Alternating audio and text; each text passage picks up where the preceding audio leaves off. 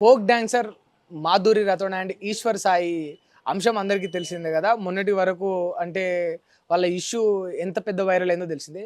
ఇప్పుడు ఎవరు ఊహించని విధంగా మాధురి రాథోడే ఇప్పుడు ఈ ఈశ్వర్ సాయి అంశంలో ఈశ్వర్ సాయి వైఫ్ పైన వెములవాడ పిఎస్‌లో కంప్లెయింట్ చేసింది. అసలు ఏమని కంప్లెయింట్ చేసింది? ఎలాంటి సెక్షన్స్ ఆమె పెట్టింది? మరి ఈ కేసులో ఆమె గెలిచే అవకాశాలు ఏ విధంగా ఉన్నాయని అడిగి తెలుసుకునే ప్రయత్నం చేద్దాం. మనతోటి high court senior advocate Manik Yadav గారు ఉన్నారు. రైట్. అన్న నమస్తే. నమస్తే. ఇప్పుడు ఈ సెక్షన్‌లన్నీ పెట్టిర్రు గానీ ఇప్పుడు నా దగ్గర ఎఫ్ఐఆర్ కాపీ ఉంది. ఒకసారి ఈ సెక్షన్స్ చూడండి. అంటే నిజంగా మరి ఆమె పెట్టడానికి రీజనబులా? ఒకవేళ దాన్ని కోర్టు పరిగణించే అవకాశం ఉంటదా? ఇప్పుడు వాళ్ళే తప్పు చేసిండ్రు, అక్రమ సంబంధం పెట్టుకుర్రని ఆమె పైనే తీవ్ర విమర్శలొచ్చినాయి. మరి ఇప్పుడు ఈ సెక్షన్స్ ఏంటి? ఆమె ఎట్లా గెలవబోతా ఉంది? అయితే ఫస్ట్ ఒకటి మరి దీనికంటే ముందేందంటే, ఈ ప్రాస్టిట్యూషన్‌కి సంబంధించి సుప్రీంకోర్టు గైడ్‌లైన్స్ క్లియర్‌గా ఉన్నాయి. ఇద్దరు మేజర్ అయితే అది ప్రాస్టిట్యూషన్ కాదని అది సుప్రీంకోర్టే చెప్పింది క్లియర్‌గా. ఇద్దరు. వాళ్ళిద్దరు కూడా మేజరే కదా! అంటే నాకు అంటే అకార్డింగ్ టు ది నేను లా ఏందంటే, నాకు ఎవరంటే పెద్ద ద్వేషం ఏం లేదు గానీ నేను చెప్తున్నా అంటే, ఇప్పుడు అమ్మాయి అదే ఈశ్వర్ సాయి వాళ్ళ వైఫ్ ఏదో వచ్చి ఆమెను కొట్టింది కదా! అది కరెక్ట్ కాదు. ఎందుకంటే ఇప్పుడు కొడితే గిడితే వాళ్ళ హస్బెండ్‌ని కొట్టుకోవాలి ఆమె. రైట్స్ ఉంటాయి. ఈమెను కొట్టే రైట్స్ ఆమెకి ఎక్కడ ఉంటాయి? ఉండయి కదా! సరే నిజంగా అసలు నీకు కొట్టే రైటే తప్పు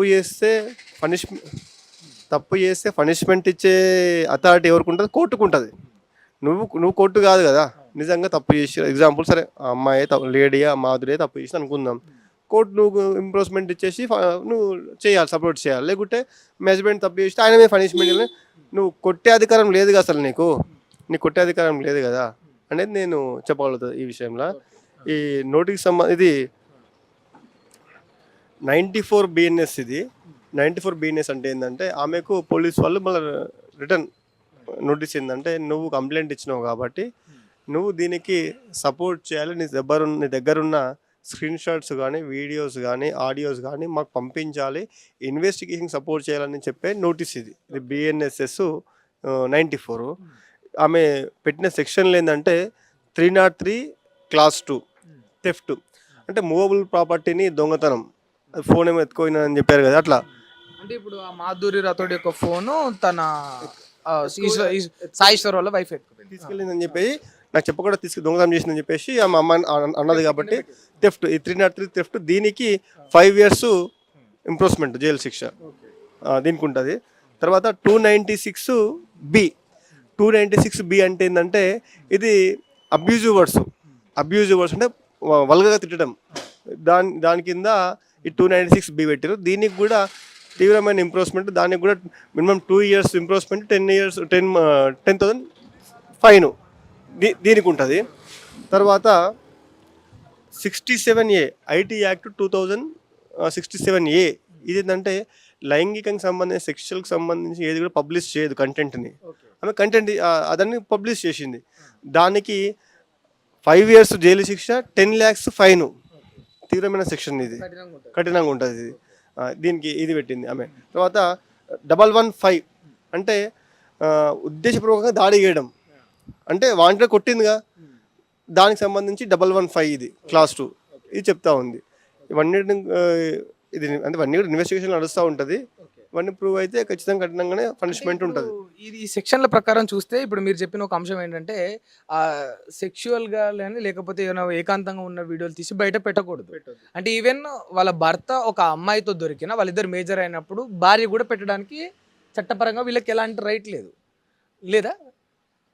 ఇప్పుడు సుప్రీంకోర్టు అదే చెప్తుంది కదా, భర్త కానీ భార్య కానీ వేరే వాళ్ళ భర్త వేరే వాళ్ళ భార్య ఇద్దరు కూడా కలిసి వాళ్ళు అంటే విత్ కన్సర్న్ తోటి ఇద్దరు అండర్స్టాండింగ్ తో ఇష్టానుసారంగా ఉంటే అది కేసు కాదు, ఆ తప్పు కానీ సుప్రీంకోర్టు చెప్తా ఉంది, చట్టం చెప్తా ఉంది.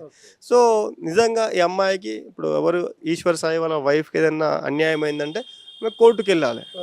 కోర్టుకు వెళ్ళి ఇక్కడ ఒక అంశం అంటే ఇప్పుడు కోర్టుకి వెళ్ళి ఆమె కోర్టులో కొట్లాడాలి అంటున్నారు విత్ కన్సర్న్ గా చేసినప్పటికీ కూడా ఇక్కడ మ్యాటర్ ఏంటంటే ఈశ్వర్ సాయి భార్య కంటే కూడా అక్కడ ఆ అమ్మాయి ఎవరో తెలీదు, సమ్ థర్డ్ పర్సన్ షీజ్ తను ఎక్కువ చేసింది.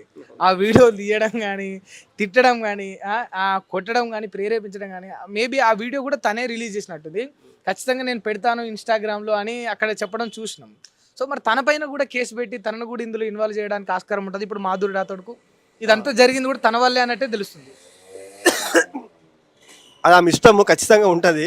ఎందుకంటే వైఫ్ కంటే ఆమెదే ఎక్కువ బాధ అయిపోయింది కదా, మనం అబ్జర్వ్ చేసినాం కదా. ఉంటుంది. అయితే ఏంటంటే వాస్తవానికి ఎవ్వరు కూడా అట్లా చేయొద్దు. ఇప్పుడు నిజంగా ఏమంటే లీగల్గా చూసుకోవాలి, కోర్టుతో చూసుకోవాలి.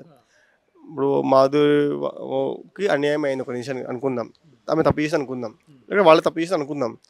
తప్పు చేస్తే పనిష్మెంట్ ఇచ్చే అథారిటీ కోర్టుకు ఉంటుంది, వీళ్ళు చేయనీకే ఉండదు.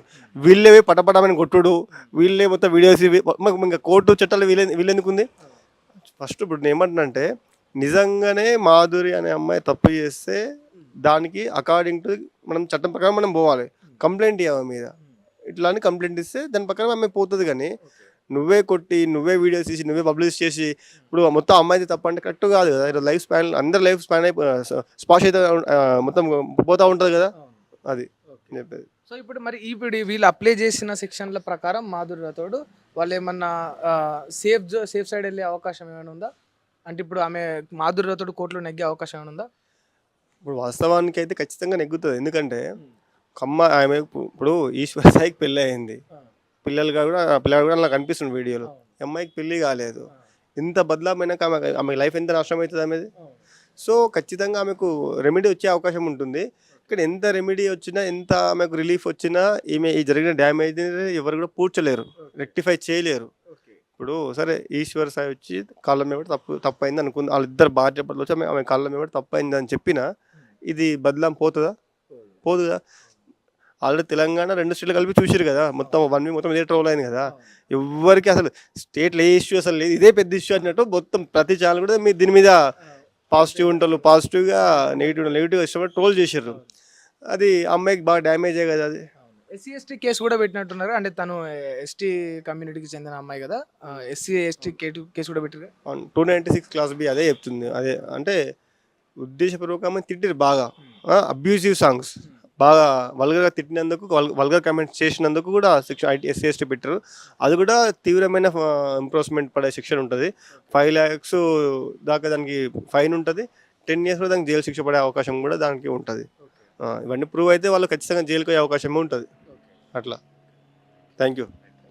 చూసారు కదా, ఇది మాధురి రాథోడ్ అంశంలో ఎవరు ఊహించినట్టుగా తను కూడా ఇప్పుడు కేసు పెట్టి తను యాక్చువల్లీ ఇప్పుడు అప్పటి వరకు ఏమనుకున్నాం, ఈ ఎవరైతే ఉన్నారో సాయి వాళ్ళ వైఫే బాధితురాలు, వీళ్ళిద్దరూ మంచిగానే ఉన్నారు, తప్పు చేసింది వీళ్ళే, నష్టపోయింది వాళ్ళ భార్య అన్నట్టు, సాయేశ్వర్ భార్య అన్నట్టే వ్యవస్థ అంతా చూసింది. ఈ తరుణంలో అసలైన బాధితురాలని నేను వితౌట్ ఎనీ కన్సర్న్, అంటే నా పర్మిషనే లేకుండా అలా ఒక వీడియో తీసి బయట పెట్టడం పబ్లిక్గా, అది చట్టం కూడా తప్పే అని చెప్తా ఉందని చెప్పి ఇప్పుడు ఆమె కోర్టుకి వెళ్ళింది.